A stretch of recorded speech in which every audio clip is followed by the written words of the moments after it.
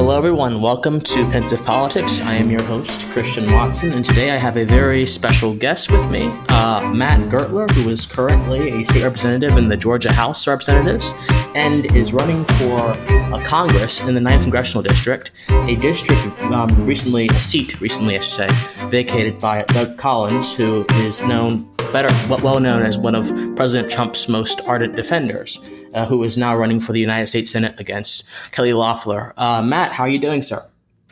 Hey, I'm doing very good. Thanks for having me on.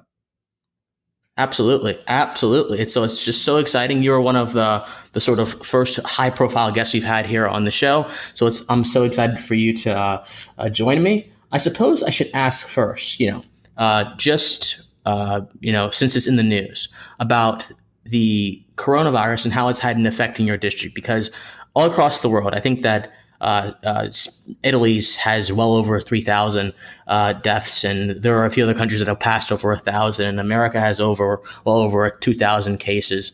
And the grocery stores all across the nation are selling out of stock rapidly, and people are rushing to buy toilet paper, all that kind of stuff. So how has it affected your district? And has there been any efforts in the House of Representatives or amongst the state government to address the coronavirus pandemic? And last question, do you think the government has any business addressing this pandemic in any sort of hands-on way? Right.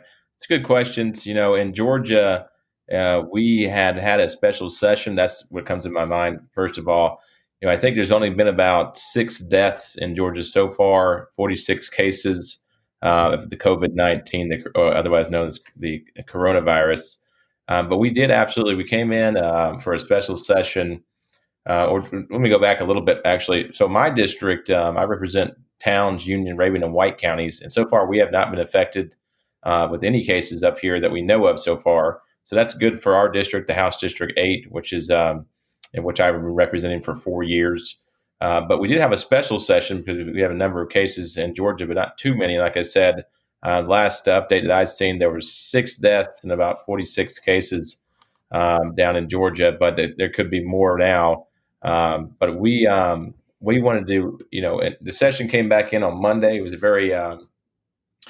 very interesting time because it was a special session. We actually adjourned our regular session last week, so we're suspended right now at the moment. We don't know when we're could be coming back in or not. But we had a special session on this past Monday, just a few days ago, and that was to give emergency powers to Governor Kemp, and for him to be able to exercise executive emergency powers to try to handle this public safety crisis. It's actually the first time in Georgia history that we had a special session like this for public safety or public health reasons, excuse me. And so we came back in on Monday, and I'll just kind of give you some inside baseball to that. So when we looked at the resolutions, we came in to concur with the executive and to see if he needed to grant those powers to him. And so we had a House version and a Senate version. And the House version said that we would have a 30-day check on the executive for his executive privilege for the emergency powers, which seemed reasonable and responsible. 30 days, we'd come back in, and the legislative body would check the executive privilege, and we would renew it or we wouldn't based on the vote. And this is Civics 101, basically. And then there was another resolution that came out of the Senate, which was calling for a automatic renewal that the executive, the government, would have unlimited power and renewable power. So I came back in there with a bunch of colleagues, Democrats and Republicans, and it was pretty much unanimous that I talked to everybody that we were not going to vote for the automatic renewal, but we did pass out the 30-day renewal with a check on the executive from the legislative branch here in Georgia House of Representatives.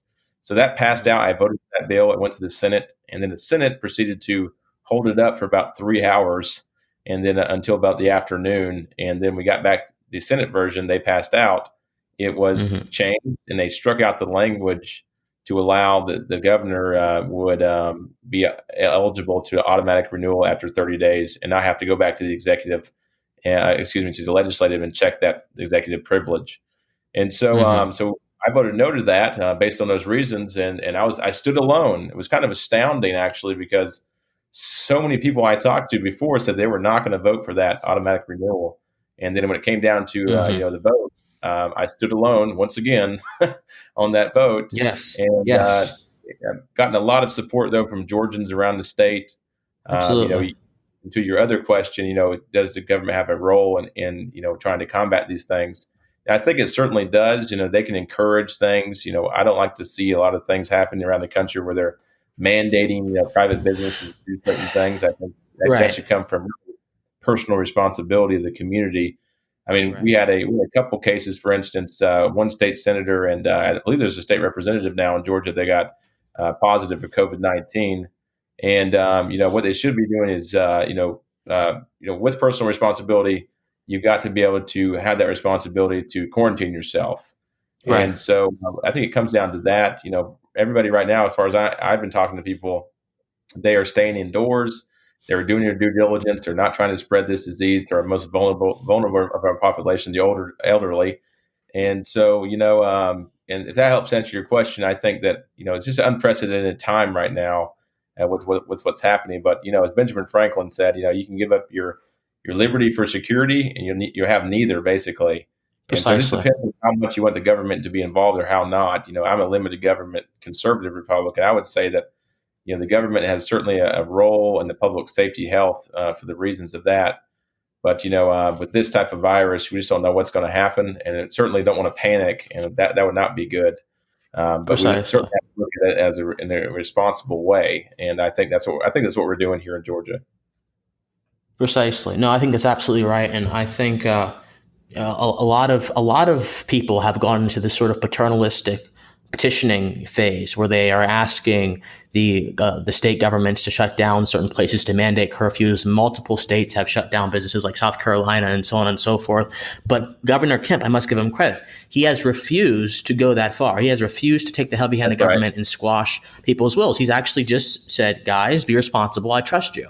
And I think Right. that is the sort of that is the vision the founders had for public service in this country. That is the sort of concept that America was built upon. Right? We rebelled against the British because we were being told what to do. Essentially, we were being told what to do in egregious ways. But it's funny that the spirit of the revolution has been lost on so many people in the modern times that when panic happens, they immediately just kick into this panic mode and they ask the government for help. So I'm happy. I'm warmed. My heart is warmed to hear you reaffirm the role of personal responsibility in this case. And you mentioned something that is quite some sort of relief effort, some relief package, 270 million relief package to the Southwest Georgia. What part of that, what has motivated you, number one, to stand on conviction? And number two, how do you do it in the face of... It's very unique actually to have participated in two special sessions in 4 years. Usually you only have one every 10 years or more, possibly. So when Mhm. I think it was 2018, it was in November, we came in for a special session for the relief, disaster relief for Hurricane Michael. And so, you know, Mhm. when the government comes into, it's sort of the similar, you know, thing that we're talking about here, but just a little different. But it does come down to personal responsibility. I think that's one of the biggest things you have lacking in a lot of society nowadays is they look to the government and say, how can you help me with this situation? Instead of looking to the community or the churches or the individuals, your friends or family.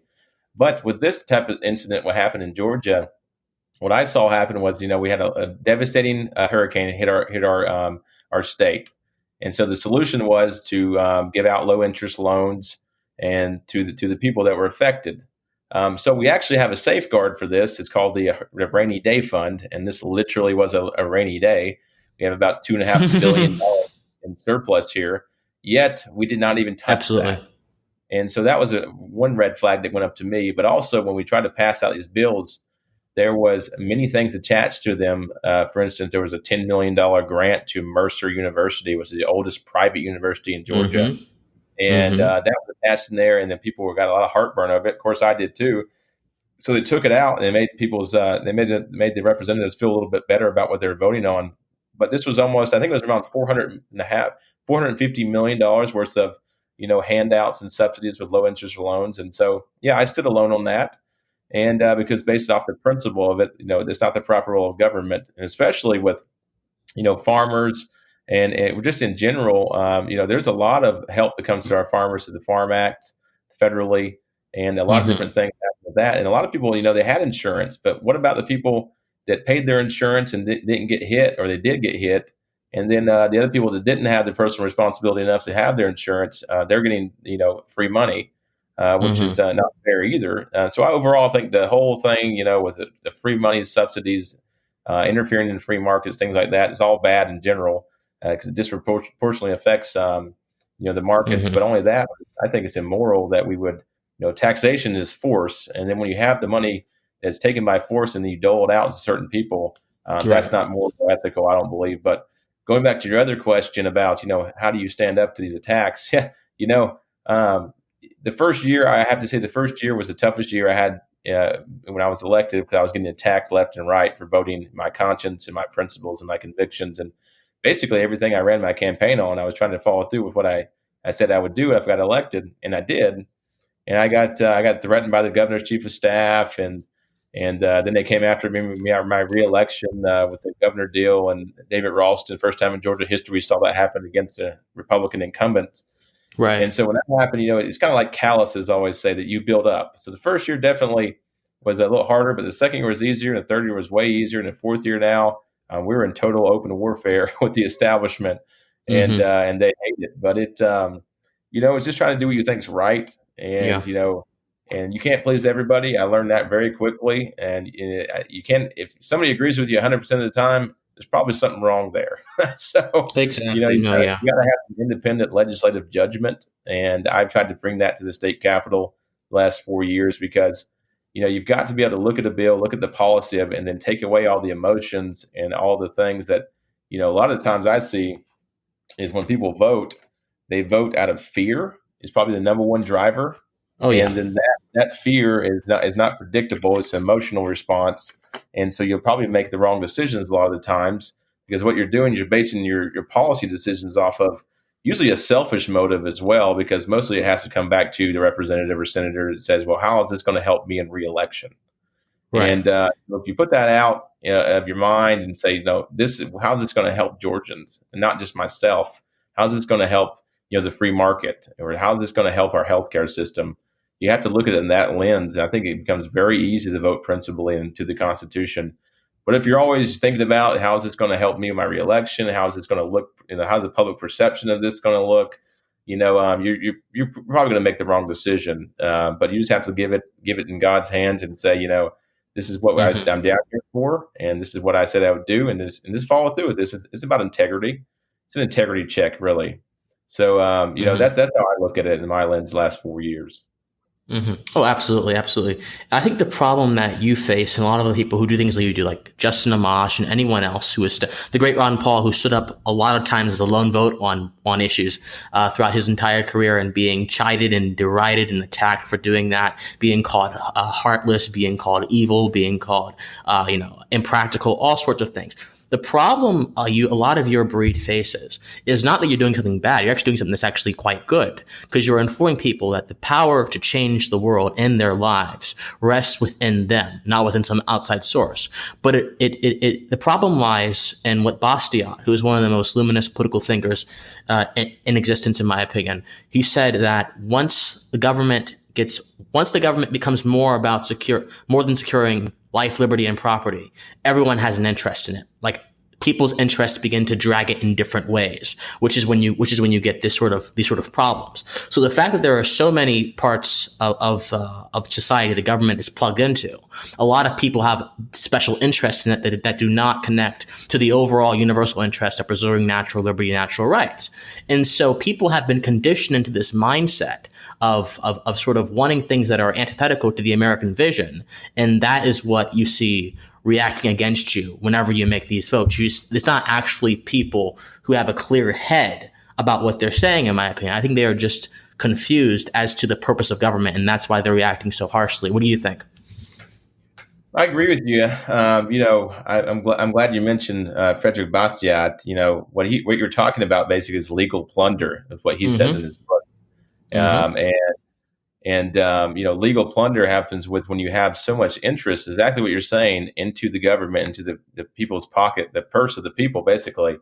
And you can see this Mm-hmm. in reality. Just when you go down to the Capitol or you go to D.C., look at how many lobbyists there are. Look how many Yep. special interests there are, and most of them have to do with something within the free markets. And so they're trying to get a special interest here, a special interest there, and it's contradictory to what the government was founded on. What you mentioned: natural rights, God-given rights that government is here to protect and not to grant it.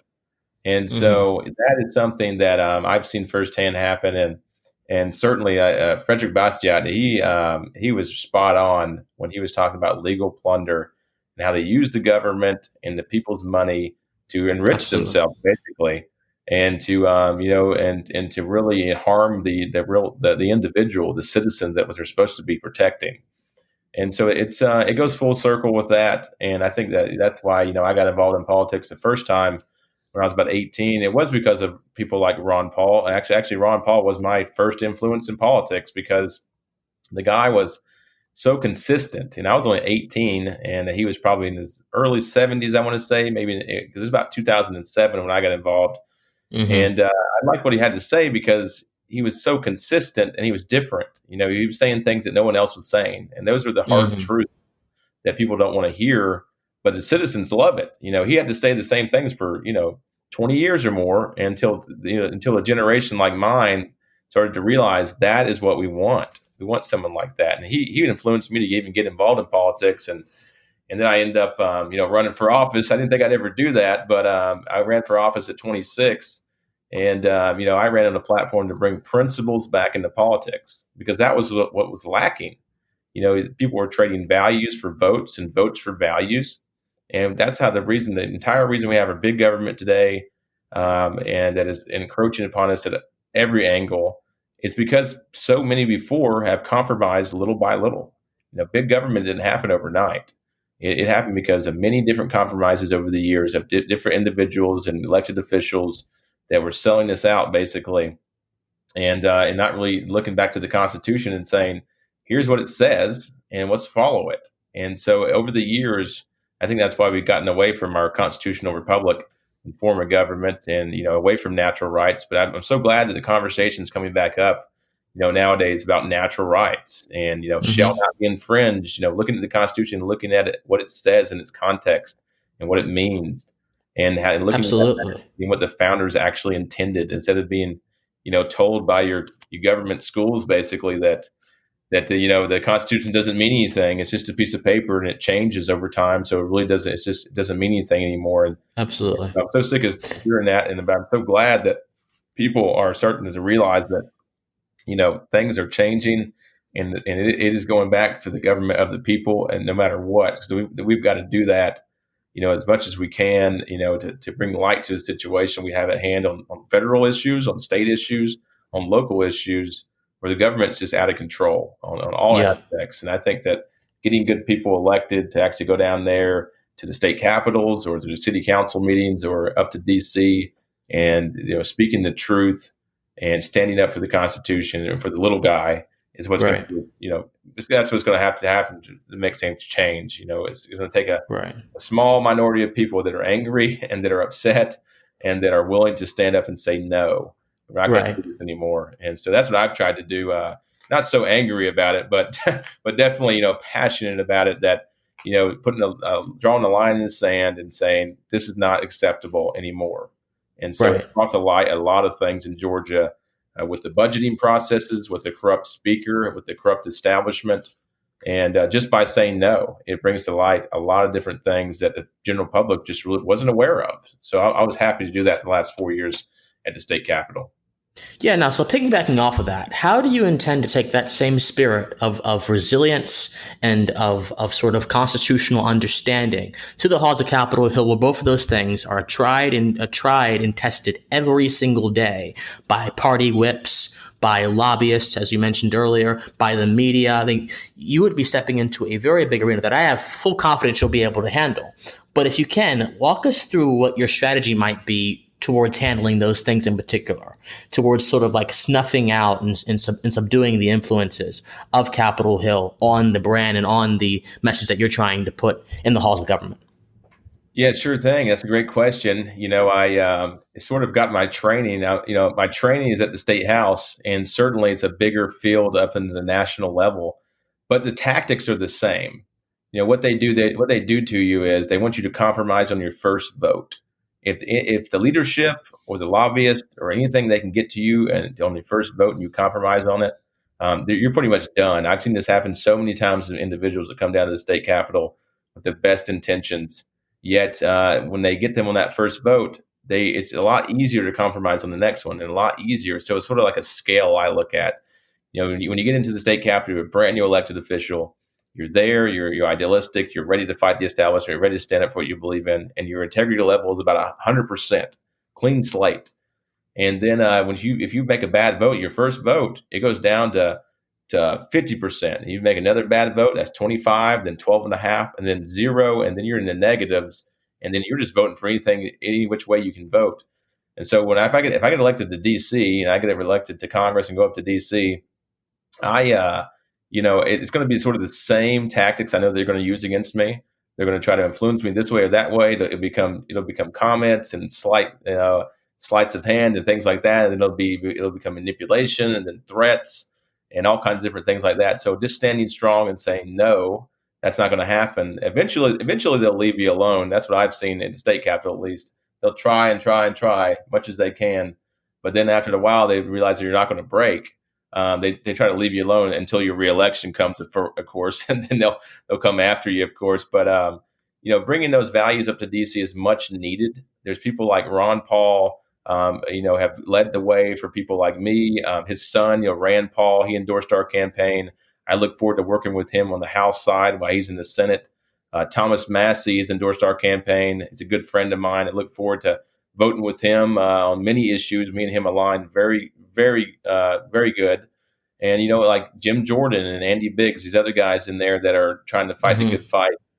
Those are the types of people I'm going to be hanging around with because they are the real true conservatives that we need more of, and building that bench of these liberty, conservative Republicans that are actually principled is what we have to do to take our country back. And the more we grow our numbers, the more afraid the establishment will be, and the more likely that we can take back our country. Because certainly there is corruption on both sides. Obviously, you got the Democrats and they have their beliefs, and you've seen, just look at the news, what they're doing. And then you have the Republicans, though, that are also the rhinos that are just in Republican in name only, that get elected and completely do the opposite. A lot of the times in the state capitals, what I noticed was the Democrats and the Republicans were always coming together and voting unanimously to grow government. So I call them a bunch of statists, basically, because they're looking at government and saying, government's here to fix all these problems. In reality, the government's only here to protect certain things like life, liberty, and property, and that's about it.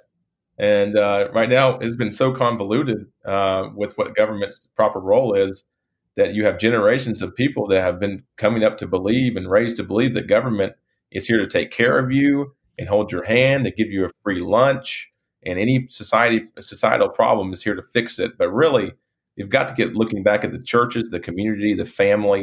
You got to look at them for the solutions and not government, because the government is only going to be, as good as it. Well, government's hardly any good. It's very inefficient, very, very ineffective, and it's just it's a necessary evil, as the founding fathers would say. And so you got to have certain aspects to public safety, like your public, law enforcement officers and things like that, to uphold the law, and the courts and judges to uphold contract law. But it really comes down to the common law. It's do what you say, keep your word. It's all about integrity. So if people have more of these values instilled into them at a young age, I think we'd be way better off than we are today. Absolutely. I think that if more people were reminded of the glories of personal responsibility, I think that a lot of problems in society would be not problems at all.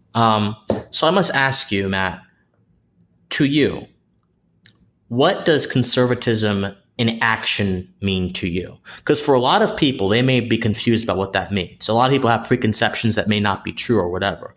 So for you, what is conservatism in your context? Right. Well, there's a couple aspects of that. So, you can be a fiscal conservative, so that you would save your money, you would spend what only that you can afford, you wouldn't be in debt. that you would always try to, use the money that you were granted to with the best ability, promoting personal responsibility in your half to take care of you and your family. So that's one part of the conservatism I see. But also conservatism, the American conservatism, that is the, going back to the Judeo-Christian values of our nation that was founded upon that, that we want to have our nation that, is God-fearing people that respects, their elders and upholds the law and, the Ten Commandments. That's more the traditional conservatism I think we need to see more of. And so those are two types of conservatism I would say that are one and the same with me. As a Christian, that is my faith. My faith is important to me, and I think looking back at the founding fathers and what they believed and the things, it was really just unique that this country was even founded. It was nearly impossible that you think it could ever happen that we would break away from the most powerful government in the world and that we'd be successful in doing that and then creating the greatest nation the world's ever seen based off of those beliefs. I think that was very awesome. And that word's too much lately, but awesome it really is awesome what the founding fathers did. And so those are types of conservatism that I'm trying to bring, back to politics, that we need to have personal responsibility, that we would be fiscally conservative, and that we need to bring principles and values back to politics because, you just look at just the word politician nowadays. That's just a negative connotation. We need more statements. And so when people say, well, you're a politician now, when I first got elected, I really didn't like that word. I would tell them, I'd say, no, I'm a statesman because politicians sell you out. So but I want to be a statesman, and so I think that's kind of my take on it. That's a good question. I've never been asked that before, but yeah, that's kind of how I look at it. Yeah, absolutely. That's phenomenal. So I guess this is the last question before we wind down. Do you see, how do you think, beyond getting more people elected into office, beyond even social activism, how do you think that conservatives or libertarians could make their case in a much more powerful way that would become as commonplace as government intervention or government paternalism has become in our culture? That's a good question. Well, to build the bench, it's all about education. So, with this opportunity to go to Congress, and this is something that's been weighing on my mind, is, what is the goal to try to change things? Of course, you can go up there, you can be principled, and you can vote right every time. But if no one knows about it, then how are you going to educate the future generations? I look at what Ron Paul did. Like I said, he said the same things for years, and it took years for people to pick up on it in that generation. So being a younger candidate, I'm 31. I hope and pray that if I'm elected, that my voice and the ideas of liberty and the Constitution and personal responsibility and individual liberty can be espoused on the national level. And so that others, that younger generation can see that and be influenced by that. I think that is the only way that really, that's what's going to have to happen. It's going to be a whole transformation of society to look at government a different way. It's going to take a lot of people just speaking those truths out loud and a national platform like in DC to do that and be able to speak those truths. I think that is one of the most beneficial things we can possibly do to influence, millions of people that are growing up in our country that are, sadly, are starting to believe in socialism. And so we want people to start believing in the Constitution, what the proper role of government actually is, and what the Constitution actually says, what we should be doing. And those are the things I'm going to bring up to DC.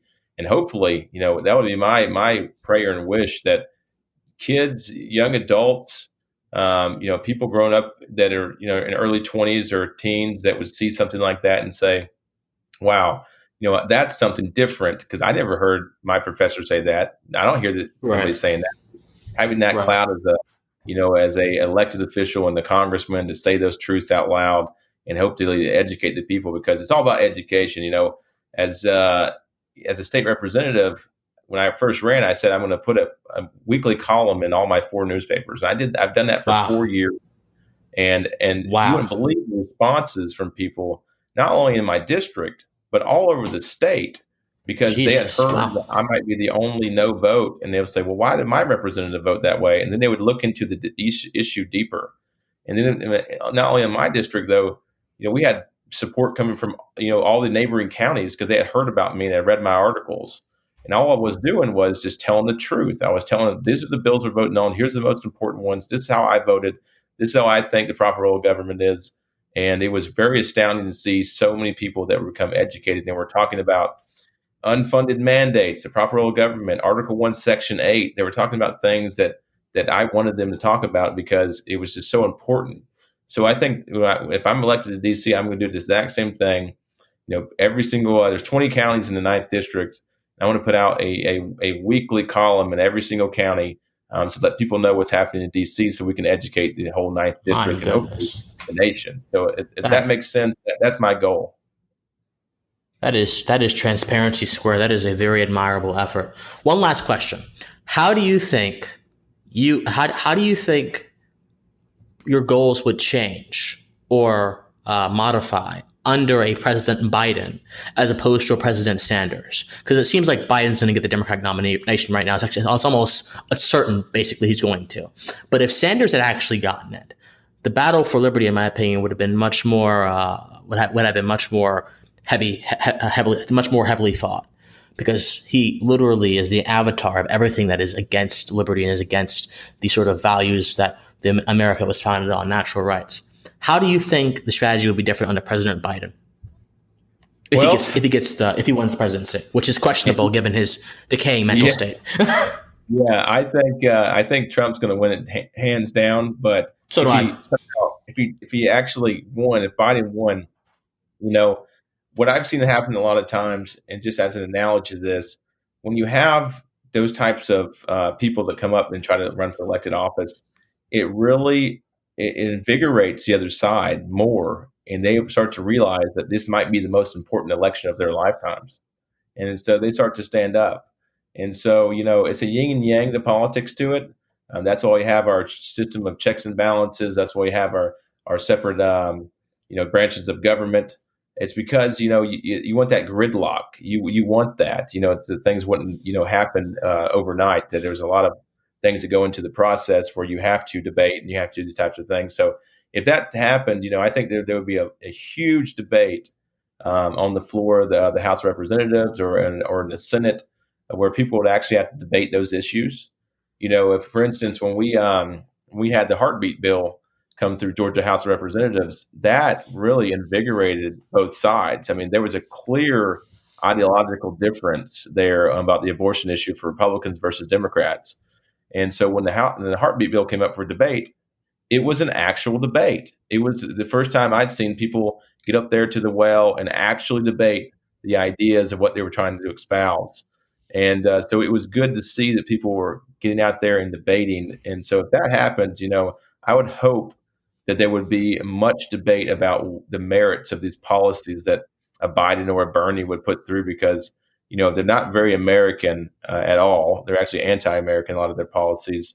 And so I hope that the real Americans would stand up and start to speak out about why we are the country we are and how we got here and what they're actually trying to do and how their policies have failed on the national level to an extent where, we're doing that now, of course, but to an extent where the representatives would be, actively debating on the floor, because I'd like to see some more of that. Mm-hmm. Absolutely. Well, Matt, thank you so much for your time. I appreciate it. And good luck in the upcoming race. All right. Well, thank you so much, Chris. I appreciate you having me on your podcast. No problem. All right, everyone. I'll see you next time.